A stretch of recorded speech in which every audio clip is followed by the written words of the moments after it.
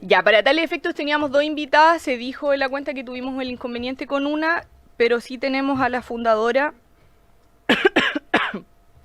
de la Fundación Cuidando Derechos, Cuide Chile, la señora Pía Adriasola Barroalet.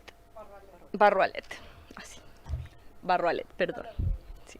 Ya, entonces Pía va a exponer y después podemos hacer algunas preguntas. Y vamos a seguir viendo este proyecto durante la próxima semana. Bueno, muchas gracias, presidenta. Muchas gracias por la invitación. Quiero saludar a todos los diputados presentes y, bueno, plantear que no tengo antecedentes de los otros. Yo me remití exclusivamente a este boletín, pero dado que el objeto es el mismo, espero que esta exposición sirva para más o menos ilustrar cuáles son los puntos de vista que por lo menos desde nuestra fundación nosotros objetamos respecto del proyecto. Antes de partir, yo quiero hacer como una referencia a lo que ha sido la intervención estatal en la educación sexual que partió con las JOCAS alrededor del año 96, 98, por ahí, en que se partió con estas jornadas de conversación y orientación sexual de los niños a partir de los 10 años y estas conversaciones incluían a los padres. Ahí se daba una información especialmente sobre métodos anticonceptivos, lo cual yo pienso que muchas familias recibieron con casi alivio, pensando que de esa manera iban a poder tener como la tranquilidad de que si sus niños se les arrancaban de los tarros, como quien dice, podían estar tranquilos de que iba a haber seguridad, de que efectivamente, como el objeto de esto era prevenir embarazos adolescentes, esto iba a estar cubierto. Y otra cosa que se hizo y que la pongo a continuación fue el tema transmitir la preocupación sobre las enfermedades de transmisión sexual y el SIDA. Para eso se hizo mucha instrucción, pero quiero detenerme aquí un poco porque en este punto lo más grave que ocurrió en esta transmisión cultural fue equiparar dos cosas. ¿Qué prevenimos? Embarazos adolescentes y enfermedades de transmisión sexual y SIDA, como que fueran cosas equivalentes, cuando en realidad son cosas que de verdad no tienen nada que ver. Pero en el inconsciente colectivo quedaron como las dos amenazas. Bueno, los métodos de prevención anticonceptivos y métodos de barrera. El mensaje que le llegó a los niños fue: puedes hacer lo que quieras, pero cuídate. Y así lo decían muchas propagandas, incluso que se implementaron, y campañas de prevención contra el SIDA y contra el embarazo que se implementaron desde el gobierno, en que el objetivo era usar el condón o cualquier método anticonceptivo. El problema es que nunca se abordó este problema con la seriedad necesaria y por lo tanto los niños, cuando se les transmiten cosas que no son acordes a lo que un niño está preparado para recibir, hacen lo que un niño naturalmente hace. Explora, busca, traspasa límites, porque la pega de un niño es explorar. La pega de los adultos es poner límites, decirle: mira, cuando vas caminando al enchufe derecho a meter los dedos, no. Cuando vas a meter la mano en el fuego, no. Porque uno está cuidando por la integridad del niño. Yo creo que en esa época hubo pocas herramientas para formar a los padres en el acompañamiento del sentido de la sexualidad y por lo tanto esta exploración, no sé si ustedes recuerdan que en algún momento se filmó y se viralizó a una niña ¿cómo se llama? Bueno, tú te acuerdas hasta del nombre. Bueno, de esta niña que en una plaza frente a su colegio le chupaba el pene a un compañero de curso, fue filmada y viralizada y todos los padres recibimos esto con bastante escándalo porque era tremenda la situación de la niña expuesta de esa manera. Pero a esto había llevado esta conducción. Por otra parte, o sea, esto que se pretendía prevenir, que eran los embarazos adolescentes, el mismo informe preliminar de este proyecto lo dice, fue una explosión progresiva. ¿Por qué? Porque a los niños les dijeron: miren, ustedes pueden hacer lo que quieran y usando condón, usando métodos anticonceptivos, ni una posibilidad que se queden esperando guagua. Nadie les dijo que por el solo hecho de tener actividad sexual o de tener incluso una aproximación sexual, ni siquiera con penetración, podían concebir un hijo, porque la cantidad de espermios que salen cada eyaculación, estando una mujer fértil, puede ser fecundada bastando que tenga un moco cervical fértil donde esos espermios se instalen un ratito a la espera de que salga el óvulo para ser fecundado. Nadie les hizo una explicación biológica seria y profunda respecto de cómo se producía la concepción y cuáles eran los verdaderos riesgos de que, por ejemplo, un condón pudiera tener un microagujero por el cual pueden pasar millones de espermios igual, o que la mala manipulación podía producir igualmente el embarazo, y por lo tanto los resultados están a la vista.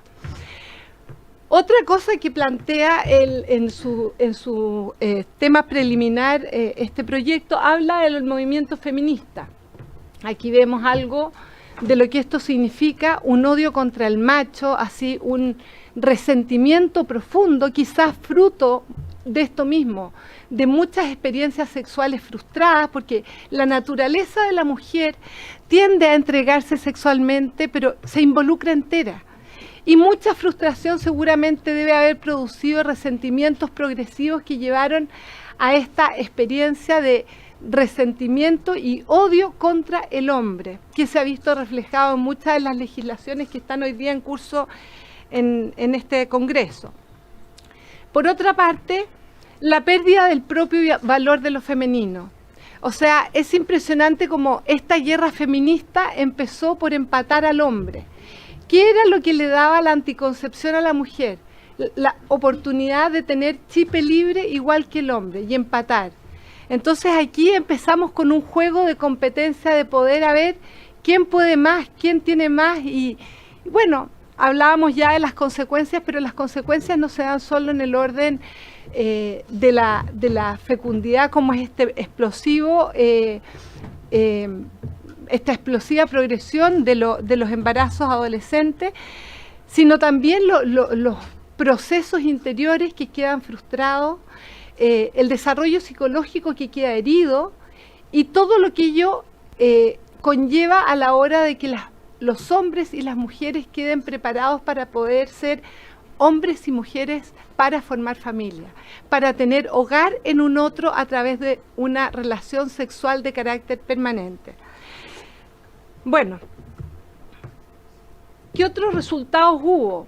Confusión en los afectos, se puso a los menores en situación de indefensión, porque con esto de que ya tenían muchos conocimientos, de repente a lo mejor podían ser manoseados por alguien, a lo mejor el amigo de un hermano que vino, y quedaron muy expuestos a situaciones de vulneración de derechos sin saber claramente qué era lo que estaba pasando.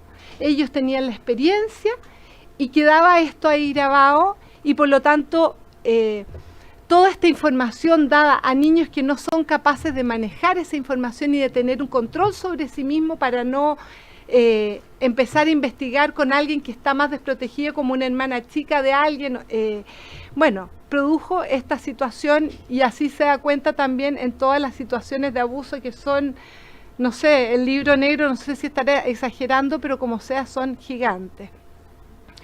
Asimismo, la pérdida de la confianza y la certeza en las relaciones interpersonales.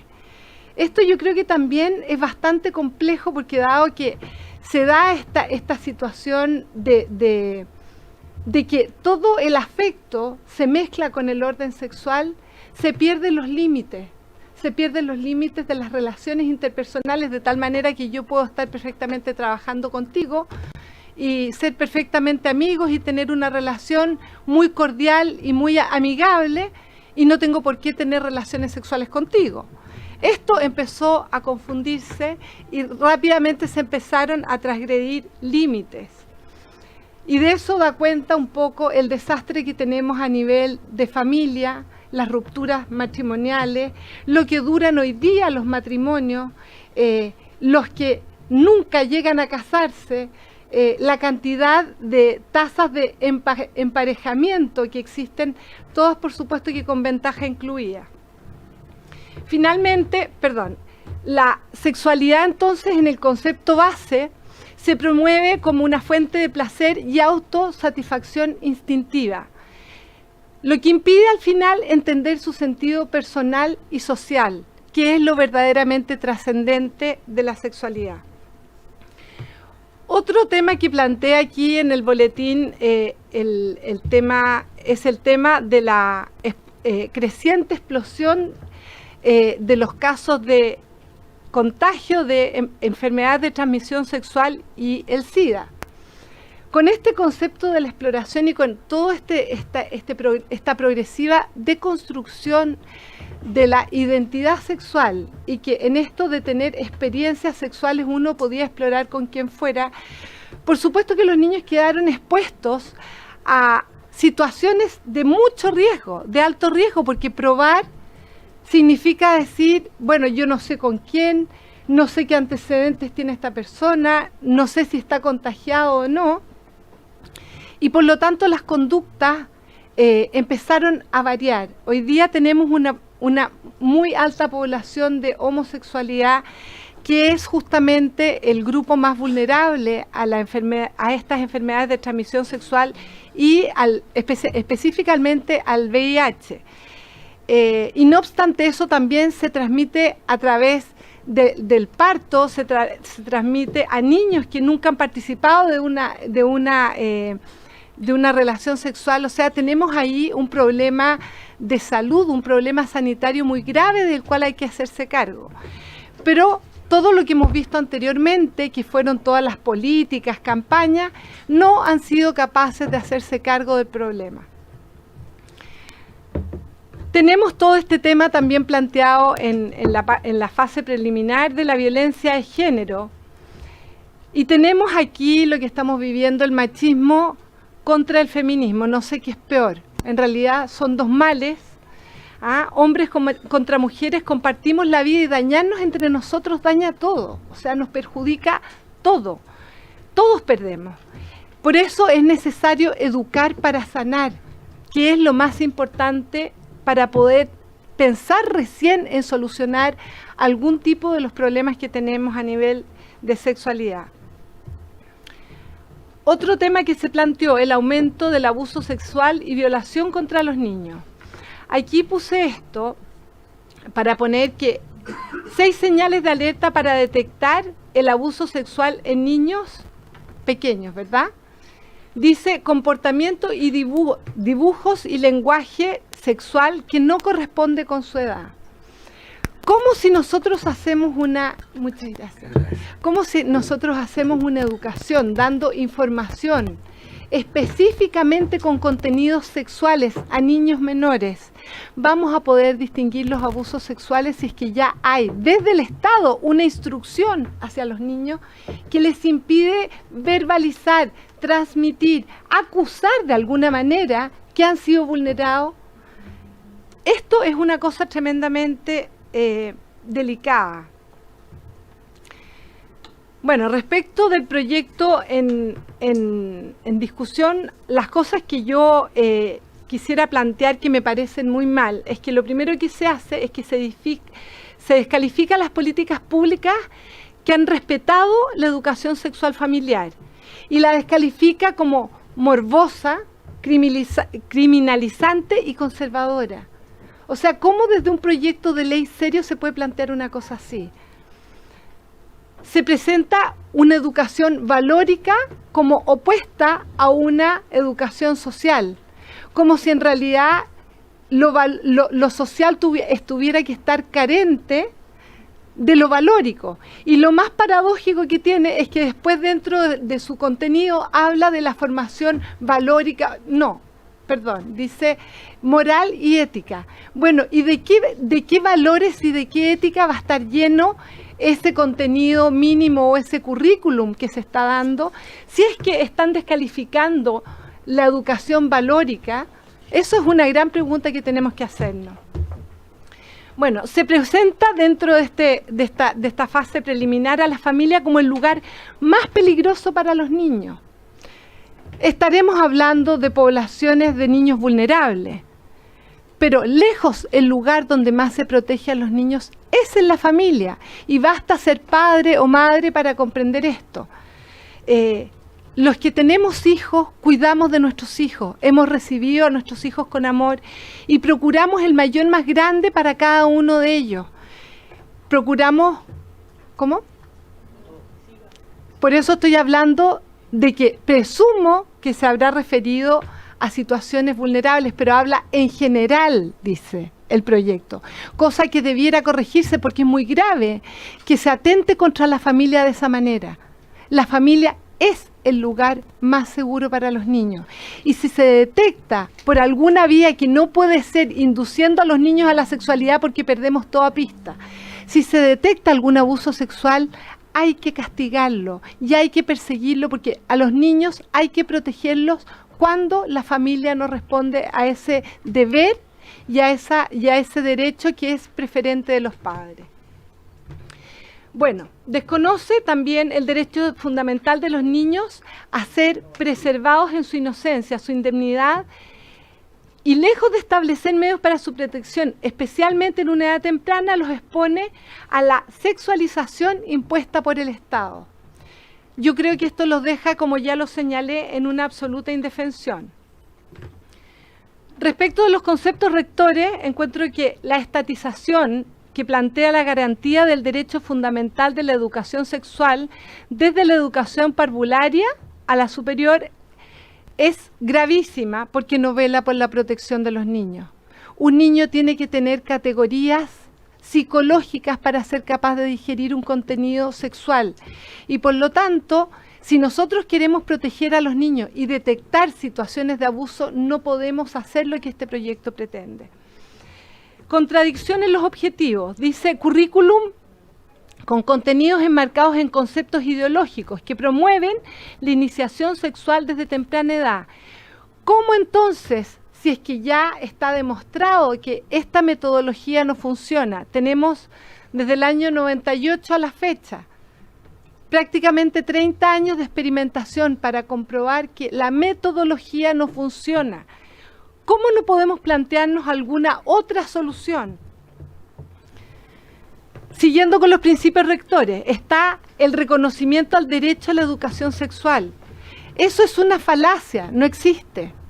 Lo que existe es el derecho preferente de los padres a educar a sus hijos mientras están bajo su patria potestad. Y eso está garantizado en la Constitución y no puede ser cambiado porque el Estado es un ente, no es persona y por lo tanto no es capaz de conocer a cada niño, no es capaz de conocer su nivel de maduración, no es capaz de entender quién es ese niño para saber si está preparado o no. El interés superior del niño. El Estado vela, aquí esto lo copié textual, para que se satisfaga de manera más efectiva el ejercicio de sus derechos. Díganme ustedes, ¿qué derecho sexual de un niño de 3 años?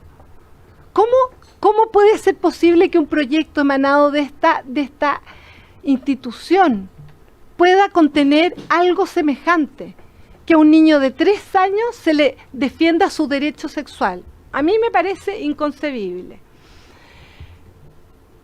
Se impone el carácter laico, independiente del proyecto educativo.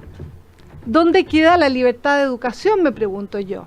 Pero más allá de eso, este carácter laico que va a llenar de qué tipo de contenidos de moral y ética estos currículum mínimos que se supone que se van a impartir en la educación parvularia. ¿Quién va a salvar a los niños? Finalmente, la autonomía progresiva, que ya fue discutida, fue votada en contra por la Cámara de Diputados, la modificación de la Constitución en el orden a este principio, porque la autonomía progresiva también no puede pertenecerle a un ente que no tiene relación directa con un niño. La autonomía progresiva es una relación que se establece entre el adulto que está bajo el cuidado del menor y el menor en cuestión. Finalmente, inclusión, igualdad, no discriminación. Yo creo que aquí se están haciendo discriminaciones graves, se están vulnerando derechos graves. Cuando se habla aquí de la integralidad, aspectos cognitivos, emocionales, físicos, sociales de la sexualidad y de la afectividad para niños de parvularia. ¿De qué estamos hablando? Para mí esto que al diputado Belolio, que le contesté un tuit, le pareció muy mal, es abuso institucional de menores, porque se usa la institucionalidad de la educación para cometer un abuso de menores, darle a la fuerza contenidos que un niño no está preparado para asimilar ni para digerir. Finalmente, último principio rector, participación. ¿Participación en qué? Es la gran pregunta. Bueno, ¿qué hemos olvidado los adultos? Educar en la afectividad es cuidar en los niños su derecho humano a ser niños, antes que nada, y a gozar de su inocencia. ¿Por qué se nos fue tanto? ¿Por qué nos perdimos tanto en el camino? ¿Por qué los canales de televisión empezaron a transmitir escenas de sexo explícito en la hora en que se supone que no están habilitadas para transmitir programación para menores de 18 años? ¿Por qué la programación empezó a incluir sexo explícito en horarios no apropiados? ¿Por qué la propaganda y suma y sigue todo este bombardeo permanente al que estamos todos expuestos, pero especialmente los niños? ¿Cómo no hemos visto el daño que esto ha producido en nuestros niños y jóvenes? El fundamento de la afectividad, que es amistad, atención, servicio por el otro, disponibilidad, ternura, amabilidad recíproca, esto está borrado. Yo no he escuchado, no leí en ninguna parte nada que se refiriera a la ternura, nada que se refiriera a la inocencia. Pero la afectividad bien entendida es el fundamento de una sexualidad sana, llena de contenido, porque constituye hogar para el otro y hogar para mí. Y por lo tanto nos hace complementarios. Y además de eso podemos hacer familia. Y si permanecemos en el tiempo, podemos estar por mucho tiempo luchando, reconciliándonos. Así es la vida en pareja, creciendo en un proyecto de vida para poder dar lugar también a la llegada de los hijos en un contexto también profundamente afectivo. Esto tampoco se le ha dicho a los jóvenes. La identidad sexual. ¿Cuánto falta? A ver, espérate, te digo al tiro. 4 láminas. Ya, Para ahí lo que está haga... viendo. ¿Estás muy aburrida? No, para nada. Es que pon atención y a lo mejor te estamos hasta las entusiasma. 4. ¿Sí? No. Sí. Pero Yo estamos- dirijo la comisión, Sí. no usted. Tenemos hasta las 4, tiene 5 minutos para terminar. Termino. Identidad sexual. Reconocernos como personas, hombres y mujeres, es fundamental. Reconocer nuestras diferencias biológicas, afectivas, psicológicas y aprender a valorar la diferencia y a comunicarnos. Eso nos enriquece y nos une. El sexo seguro, el verdadero sexo seguro, es la búsqueda del hogar y la felicidad. La comunicación afectiva tiene que ser verbal, gestual, significante, honesta y lleva a una relación sexual llena de contenido. Aprender a comunicar es un aprendizaje, porque no todos somos dados a manifestar y menos a expresar verbalmente lo que sentimos, lo que nos pasa. Por otra parte, el amor humano, sobre todo cuando conlleva la sexualidad, porque la sexualidad nos involucra completamente, exige compromiso y fidelidad. Las heridas del desamor afecta a todos los involucrados, especialmente a los hijos. Nadie sale indemne. El placer sexual es efímero, la felicidad es, para que sea integral, es afectiva y sexual. Viene de la permanencia y por lo tanto es perenne. La sexualidad, la responsabilidad, la paternidad y el autocuidado. Aquí quiero referirme por último a que la educación sexual no ha apuntado a lo esencial, a cada uno hacerse cargo de su sexualidad en orden a la potencialidad a engendrar vida. Cada uno de nosotros tenemos la cantidad, en el caso de las mujeres, de óvulos durante toda nuestra vida de fecundidad y los vamos liberando cíclicamente en nuestros ciclos menstruales. Los hombres, en cambio, son fértiles siempre, eternamente. Mientras les dura su fertilidad, no hay un momento, no hay un rato en que sean infértiles. Y esto que parece trivial o parece simplemente biológico, es algo que tiene profunda trascendencia, porque es lo que invita al hombre a dialogar con una mujer en el orden a la generación de nuevas vidas. Tiene que entrar el diálogo.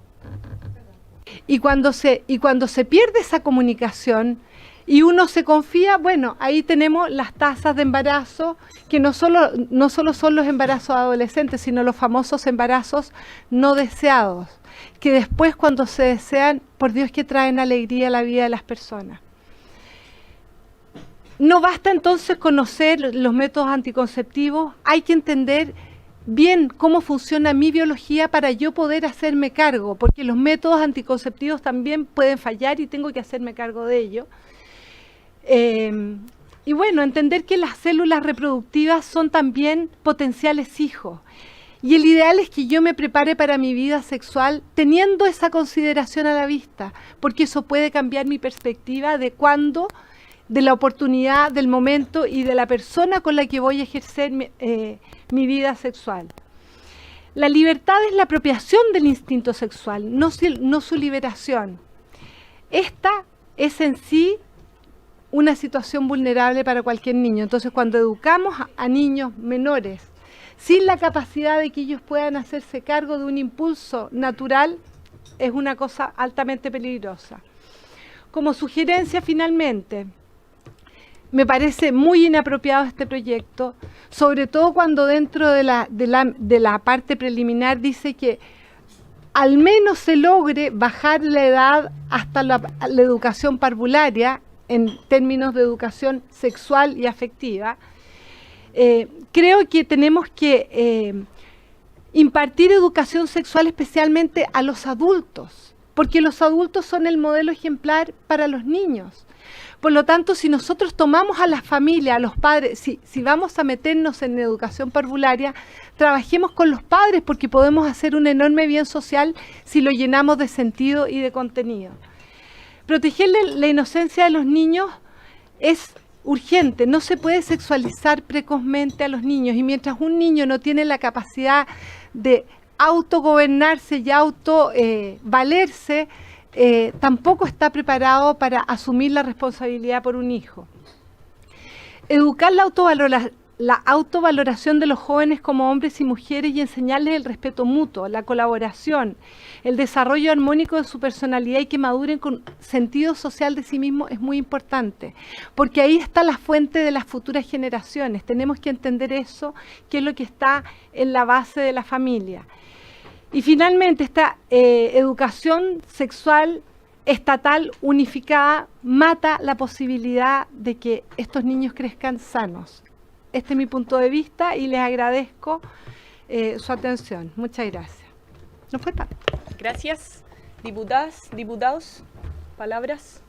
Tenemos los minutos que quieras. Sí, diputada Hoffman. No, con el agüita.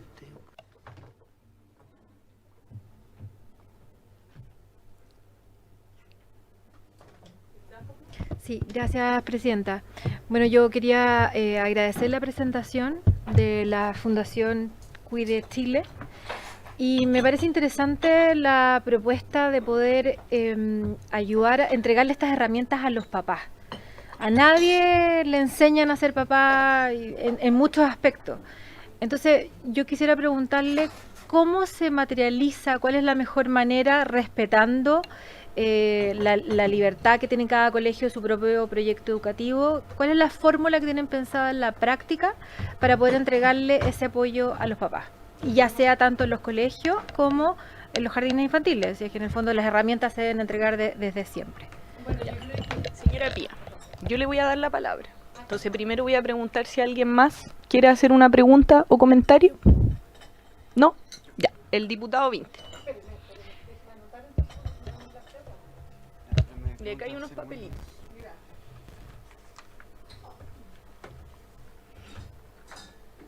Estamos bien de tiempo, ¿no? ¿Sí? Diputado. Diputado Vinter. Usted sabe que sí, tenemos hasta las 4. Entonces son las 3:20, puede hacer la pregunta, el comentario, hay tiempo, pero no es infinito. No sé anotar las cosas que me llamaban la atención y llené más o menos. A ver, mi pregunta es muy sencilla, pero me voy a demorar mucho en fundamentarla, lo advierto. ¿Qué? Sí, diputado Vinter, son las 3:21. Pues sí, pero usted puede hablar. Miren las reacciones que estoy provocando. Lo miro, por favor. Lo que pasa es que la presentación, la pregunta es muy sencilla. La presentación que acabamos de recibir, que le agradezco, como pocas veces está casi en un 100% sostenida en opiniones o en sensaciones, digamos. No hay ciencia, no hay datos, sino que hay formas en que quienes exponen libremente se aproximan a un tema, ¿cierto? Entonces se establece que algo es así, pero digamos, simplemente es una opinión. El problema es que, creo que en toda la presentación no se logra entender por qué estaría mal que exista la educación sexual. Tanto así que uno inclusive podría encontrar fundamentos en la misma presentación para que así sea. La sensación que provoca es que la discusión, en la forma en que se plantea, es muy similar a cómo se dio en algunos discursos en la Cámara para la ley de instrucción primaria obligatoria en 1900, donde finalmente el temor no era que la gente fuera al colegio para algunos, sino que el temor era que en las condiciones de esa época del profesorado, el temor era exponer a demasiados niños a profesores que pensaban distinto a quienes argumentaban que mejor no. Entonces, la sensación que provoca su argumentación es que en realidad la opinión que tienen de la sexualidad, la forma en que se aproximan a la sexualidad, las personas que usted cree que van a enseñarlo, o que por su intermedio, Presidenta, ustedes creen que van a enseñarlo, en realidad es una aproximación que tendría ribetes basados en la biología o en la psicología, finalmente en ciencias, ¿ya? Y no en la visión absoluta y totalmente ideológica que plantean ustedes, que pasa por encima de cuestiones bien específicas. Y quiero explicitar algunas cosas que quiero que quede claro que no lo son. La argumentación en general está basada sobre una gran falacia que creo yo que existe, que es que esta liberalización de la visión de la sexualidad como algo que podría ser solamente por placer, habría generado un aumento de la libertad con que la gente se aproxima a la sexualidad, y eso generaría más abuso, más vulnerabilidad, más enfermedades de transmisión sexual, etc. Yo creo que eso es un error total, y lo voy a tratar de graficar con los mismos ejemplos que se ha puesto. Por ejemplo, en la discusión sobre el condón, sobre el uso de preservativo. Usted plantea en otro punto que el sexo seguro es el que tiende a un hogar y que tiende a una relación de carácter permanente. Yo no sé por qué se plantea eso. Digamos, eso es más bien gustos, ¿ya? Pero lo que sí sé es que las enfermedades de transmisión sexual sí existen. Y que más allá de la abstracción de si yo quiero relaciones sexuales por el placer sexual o por un carácter permanente, lo que está claro es que con preservativo tengo menos posibilidades de contraer una enfermedad de transmisión sexual que sin preservativo. Entonces, así como usted ha planteado que las campañas, que por su frivolidad, habrían ayudado inclusive a que haya más enfermedad de transmisión sexual, yo quiero ser muy claro que quienes han intentado entrabar e impedir la popularización del uso de preservativos creo que han contribuido a la difusión de la enfermedad de transmisión sexual. Le voy a poner un ejemplo muy concreto que usted mismo lo puso, que usted misma. El video, ese que usted mencionó, lo novedoso de ese video, usted planteó que había un cambio cultural que llevó a esa situación. Lo novedoso de ese video es la viralización a través de Internet. Pero el sexo oral entre adolescentes, de manera informal e incluso pública, no tiene absolutamente nada de novedoso. Debe existir hace miles de años. Porque la idea de que la sexualidad genera placer no es un invento ni del feminismo ni de nadie, ¿ya? Yo, bueno, no voy a argumentar más porque es muy obvio, pero quiero dejar en claro, Presidenta, si me permite, un minutito más. Cuando hable la diputada Girardi, usted va a ver que yo en realidad hablé corto. ¿Ya? Espera. No, pero es que la pregunta, por ejemplo, que la frustración que genera, que el feminismo tendría un fundamento en la frustración que le genera a las mujeres el hecho de que ellas se involucran enteras en las relaciones emocionales. Esa frase, quiero, por si alguien en la casa está viendo el televisor, que esa frase no tiene ningún sustento más que una opinión personalísima de quien la expone. Que el chip libre y la competencia con los varones, lo mismo. La idea de que los matrimonios duran poco por esta liberalización, lo que yo creo que una de las razones por las que los matrimonios duran poco hoy en día es porque hay mucha gente que ya no se siente obligada a estar en un matrimonio donde muchas veces inclusive recibe violencia física, ¿ya? Y eso también es importante que la gente lo sepa, que no está obligada a estar para siempre en una relación abusiva. No hay ni un sustento, y es importante porque esto se transmite por televisión abierta, no hay ni un sustento para decir que hoy día en la sociedad hay mayor homosexualidad que en un periodo anterior, ni hay ninguna medición creíble al respecto. El machismo versus el feminismo, usted se pregunta, yo no sé qué es peor. Yo le voy a decir una cosa, el machismo mata. El feminismo puede generar situaciones incómodas. Obviamente, los femicidios y las situaciones incómodas es muy obvio que es peor. Lo de la familia, sí, la familia es un lugar donde se recibe, la familia sí es un lugar donde se recibe mucho amor generalmente, pero no puede negar el dato de que son familiares, digamos, el mayor índice de abuso sexual contra menores es a través de familiares. Entonces, nosotros como sociedad y como los que regulamos las políticas públicas no podemos abstraernos de ese dato. Yo no sé por qué se plantea que educación sexual es lo contrario a la protección de los niños. Eso está establecido incluso dentro de las conclusiones. Después plantea que por qué a los 3 años podríamos estar sexualizando a los niños, entregándoles ese derecho. Pero por supuesto que la ley puede hacer eso. Si la ley le entrega derechos, le entrega un montón de derechos desde el momento en que nace, e inclusive le otorga la obligación de ir al colegio a partir de los 5 años. Ya está obligado a ir al colegio por la sociedad, porque creemos que genera algo. Y el último punto, que yo creo que es el más relevante y el que concentra todo. Usted plantea que la sexualización es lo contrario a inocencia. Inocencia, de hecho, es antónimo de culpabilidad.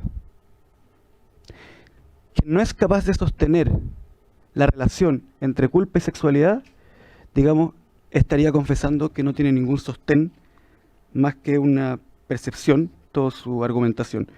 Y lo último, hay una cosa en la que le encontré razón. La contraposición entre lo valórico y lo social. Porque obviamente que lo social atrae sus propios valores, los valores sociales que pueden ser distintos en cualquier época o según quien lo establezca. Gracias, diputado Winter. Diputada Girardi. Muy breve, Presidenta, porque gran parte de las preguntas ya la hizo el diputado Winter. Yo quisiera saber la evaluación que ustedes hacen de las JOCAS, ¿no? O de los procesos que se han llevado desde el punto de vista de parte del Estado.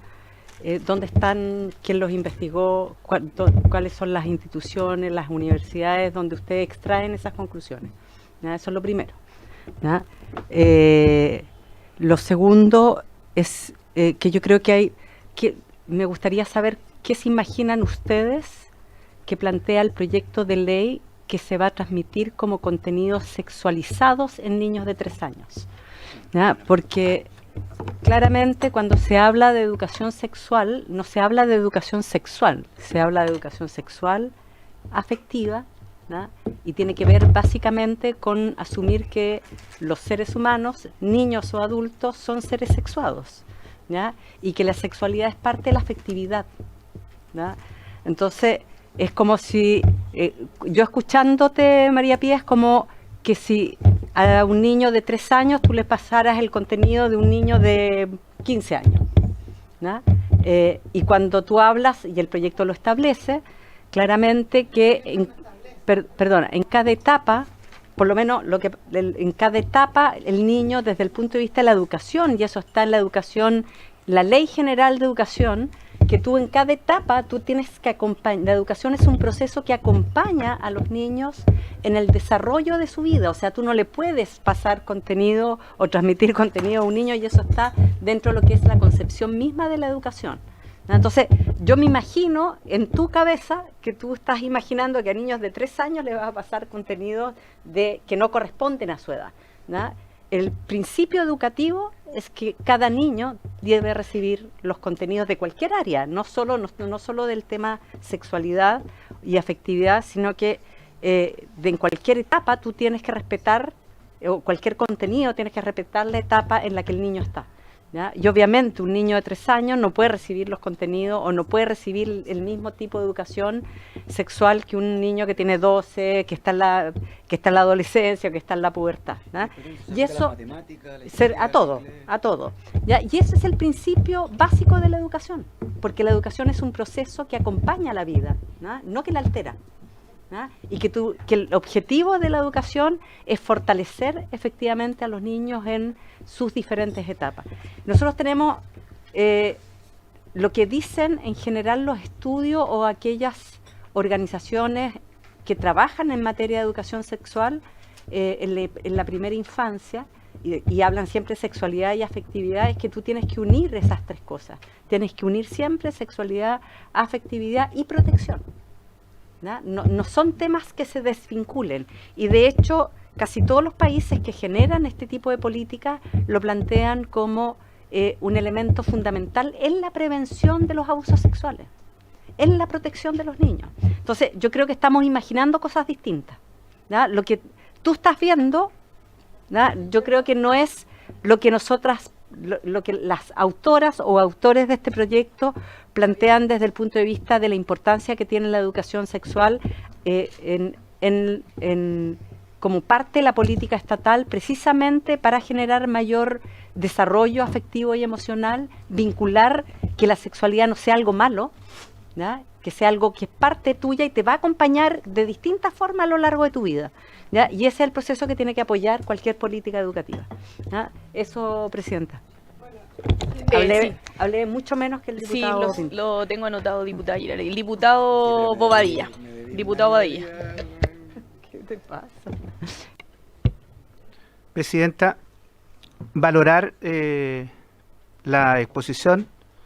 Creo que ha sido una exposición contundente, con muchos argumentos que me permiten, Presidenta, reafirmar una decisión que ya tenía tomada respecto de este proyecto, que es votarlo en contra, porque creo que nos debiéramos ocupar como comisión de temas que son lejos más urgentes que este.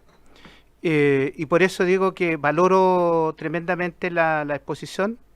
Reitero, ha sido una exposición maciza, contundente, clarificadora, en mi concepto, y por eso agradezco la participación de nuestra invitada. Pero también pedirle lo siguiente, que por favor profundice precisamente en algo que se mencionó recientemente. Yo creo que cuando se habla de inocencia de los niños, efectivamente lo comparto, y creo que este es un proyecto que atenta contra la inocencia de los niños, y comparto plenamente cuando dice que nosotros debiéramos proteger, ¿ya?, esta inocencia de los 14 hasta los 14 años, y no atentar contra la inocencia de los niños. Por lo tanto, me gustaría que profundizara respecto de este proyecto, porque de acuerdo a la exposición yo debo concluir que a algunos no les va a gustar como lo digo, pero yo creo que este es un atentado contra la inocencia de los niños que precozmente los estamos sexualizando. Así que me gustaría que profundizara respecto de esto por su intermedio, Presidenta.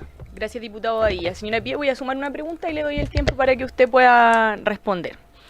En verdad son dos temas. Primero, referido al embarazo adolescente, porque si no me equivoco, en una de las diapositivas se señalaba un aumento del embarazo adolescente, y en ese sentido me gustaría saber en qué se basan para haber hecho la afirmación, porque el Centro de Encuestas de Estudios Longitudinales de la Universidad Católica, y cito este estudio en particular porque de la Universidad Católica, habla de una baja sostenida de un 57% entre el año 2000 y el 2017. Y todos los otros estudios que yo encuentro al menos solo hablan de baja sostenida en el embarazo adolescente.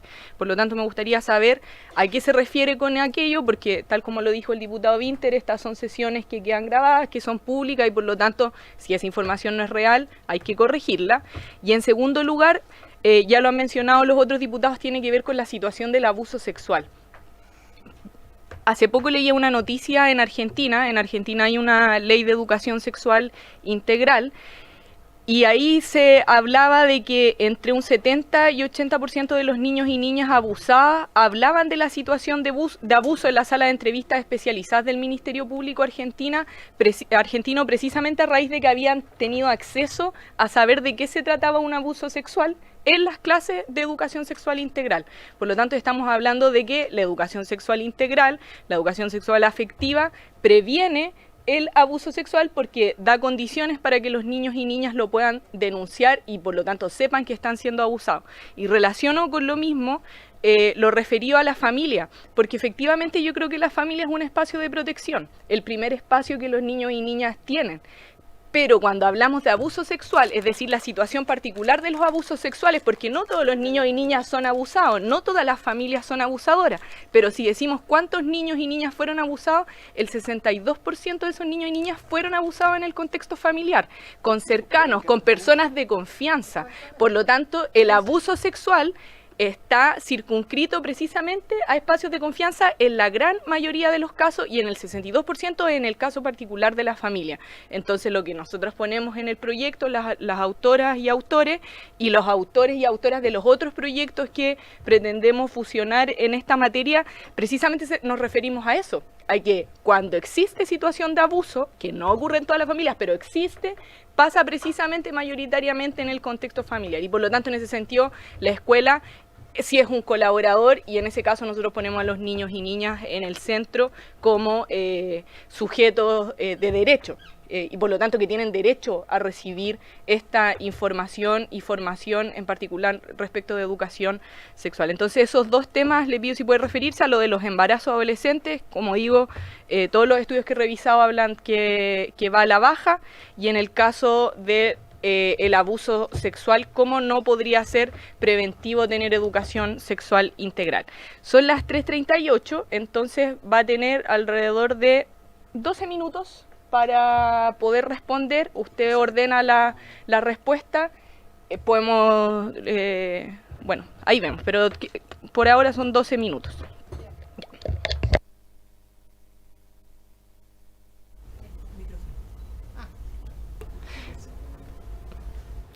Por su intermedio, Presidenta, muchas gracias por todas las preguntas.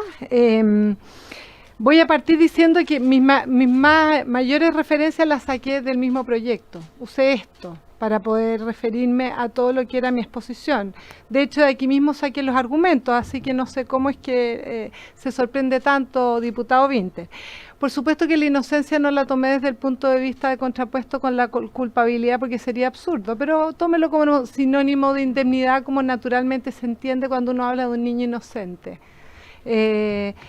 Respecto de el sexo seguro, tiene razón que me equivoqué. En realidad, el sexo es verdaderamente seguro cuando no se ejerce. O sea, ahí usted previene. Cuando usted no tiene relaciones sexuales, no tiene ni una posibilidad de que se quede esperando guagua, ni que tenga enfermedades de transmisión sexual. Cuando usted no tiene sexo, es el único sexo verdaderamente seguro. Y tiene razón que digamos, erré en el concepto. Cuando estaba refiriéndome al tema de sexo seguro, estoy más bien pensando en un concepto, y como dice usted, muy opinable y muy desde mi perspectiva, de un sexo que tenga, o sea, un concepto de sexualidad que tenga sentido de trascendencia para la persona y para la persona con la que tiene la relación, porque estamos hablando de relaciones sexuales, por lo tanto, no estoy solo yo involucrado, sino que hay un otro que también está involucrado y que por lo tanto es parte de esto que se forma, que ya no empieza ni termina en mí. Y por eso yo hago esa distinción tan importante respecto de lo que es la sexualidad en orden al placer instintivo que puedo dármelo yo sola en mi pieza, o cuando interviene otra persona y yo voy a realmente preocuparme de que esa relación sea lo más saludable, amigable y de bien posible para los dos, y es lo que espero del otro que se relaciona conmigo, por supuesto. Respecto, a ver, ser sexual, chuta, ya se me olvidaron las preguntas. Respetar, bueno, yo creo que es muy importante lo que tú decías, perdón, por su intermedio, presidenta, diputada Cristina Girardi. Efectivamente, cada niño tiene etapas y según las etapas se pueden dar los contenidos. Si usted revisa las orientaciones para la educación, para la integración de personas LGTBI en el ámbito escolar, usted se va a dar cuenta cómo efectivamente se pueden transmitir conceptos a los niños que los niños lo van a asimilar. O sea, para el niño va a ser un juego, y es cierto, o sea, no resulta violento porque efectivamente los educadores se encargan, o los encargados de transmitir estos contenidos mínimos, se preocupan de hacerlo digerible para un niño, para que ahora aprenda esto, ahora aprenda esto otro, y ahora vaya progresivamente aprendiendo lo que tiene que, lo que a mí me interesa que aprenda, digamos. Entonces, por eso es que es importante el tema de los contenidos. Aquí no está definido. Aquí están definidos ciertos principios rectores que a mí, por supuesto que me ponen en alerta, porque no mencionan a la familia en ninguna parte del proyecto. No mencionan a los padres en ninguna parte del proyecto. Entonces sí me ponen alerta, porque yo digo, ¿por qué van a haber contenidos del cual yo como padre no participo? Entonces ahí es donde viene mi sospecha. Porque distinto sería que esto fuera público, transparente, y además que queda a merced del gobierno de turno. Puede ser que a usted no le guste que yo me ocupe de enseñarle a rezar desde que son chiquititos. Y no tengo por qué obligarla, ¿se da cuenta? Entonces, también está el derecho de los padres de usted darle la educación que usted estima pertinente a sus hijos, porque de eso se trata, de respetar nuestra libertad, porque cada uno ve cuál es el mayor bien para sus hijos.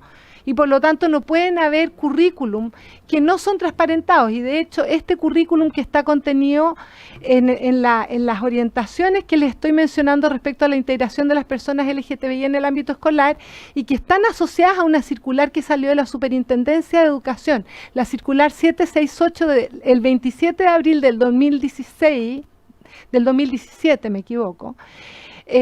Bueno, esa pasó sin pena ni gloria, nadie supo de dónde salió esa información, pero se expandió por toda la educación pública chilena sin que los padres pudieran defenderse, y cuando llegaban a reclamar por alguna cosa, no, es que esta es orden del ministerio, no, es que esta es orden de la superintendencia. Y ahí sí que yo creo que debieran ocuparse de cómo se transparenta la educación a los padres de familia, porque es importante que los padres que siempre tenemos el derecho y el deber preferente de educar a nuestros hijos, tengamos a los colegios como colaboradores. Usted, presidenta, lo dijo, así que también le agradezco que lo haya mencionado. Las escuelas son colaboradores de los padres en la tarea educativa, no sustituyen a los padres. Diputada, una acotación, y el diputado Santana, una acotación lo que también. pasa, yo estoy de acuerdo con eso, que el tema, los padres tienen que estar presentes, y de hecho, en todos los procesos educativos los padres debieran estar presentes. Pero es distinto mencionar que los padres debieran estar presentes a decir que no están de acuerdo con la educación sexual en la primera infancia. O sea, son cosas completamente distintas. Pero, claro, lo que pasa, por eso te digo, eso se puede... Eso se puede incluir en el proyecto si es que no está, ¿ya? Pero claramente eso es distinto de decir que uno no debiera entregarles contenidos a los niños que tengan que ver con la sexualidad en etapas tempranas, ¿ya? Porque los niños son sexuados, ¿ya? Diputado Santana, ¿iba a acotar? Y en realidad son dos preguntas, Presidenta, súper concretas en función de la exposición que se hizo. La primera es preguntarle, y me gustaría que profundizara en esta vinculación que hace entre las enfermedades sexuales, de transmisión sexual, particularmente el VIH, con la homosexualidad, que fue una de las cosas que mencionó en su exposición. Y lo segundo es que, según las mismas palabras de la expositora, ella señaló que la única vía segura en materia de sexualidad es no tener sexo. Entonces yo le quiero preguntar en concreto si para promover la seguridad sexual y la educación sexual ella sugiere a las parejas y a los pololos que seguramente también nos están viendo que no tengan relaciones sexuales. Pía, prosiga. Por su intermedio, Presidenta. Bueno, respecto de las enfermedades de transmisión sexual y el VIH lo saqué de aquí, así que es cosa que se lea la fase preliminar del proyecto y ahí lo va a encontrar. O sea, Es una vinculación entre el VIH y la homosexualidad. Yo no conozco al menos un fragmento de este proyecto en donde se indique eso. no, lo que decía aquí en el proyecto es que el VIH había aumentado especialmente en los colectivos más vulnerables. Eso dice, textualmente.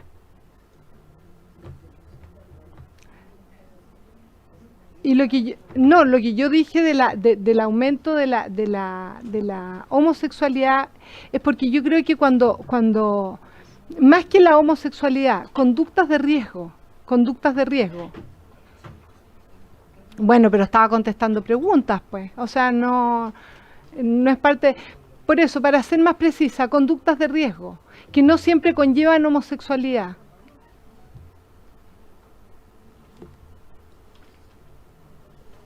De transmisión sexual, pues. Que me está mirando con cara de pescado. ¿Quién no entiende? ¿Qué le explico?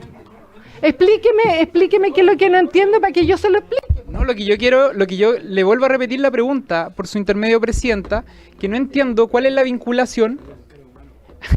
¿Cuál es la vinculación?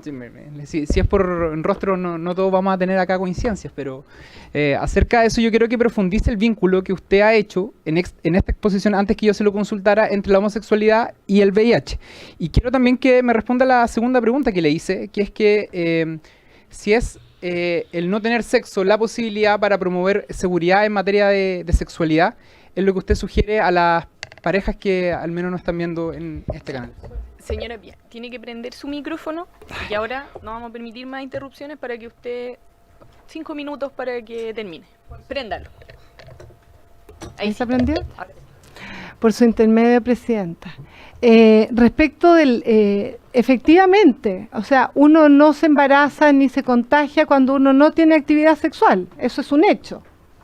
No sé dónde está lo discutible. Ahora que alguien opte por hacer algo distinto y usar métodos anticonceptivos y lo que quieran, o sea, tiene que ser en consideración que teniendo una actividad sexual puede tener un embarazo que a lo mejor no desea, para que lo tenga en la conciencia. O sea, si son chiquillos que están pololeando y no quieren quedar esperando guagua, que consideren que teniendo relaciones que usen anticonceptivos los que quieran, los que elijan, los que les convengan, los que les parezcan más apropiados, pero que tengan consideración de que es probable que puedan fallar esos métodos, que eso es lo que no se les transmite a los jóvenes. Entonces, esa conciencia que les hace tener claridad de que teniendo actividad sexual es probable, existe la probabilidad de que falle el método, también hace tener presente de que en realidad podríamos concebir un hijo. Entonces, eso es lo que contesta su pregunta.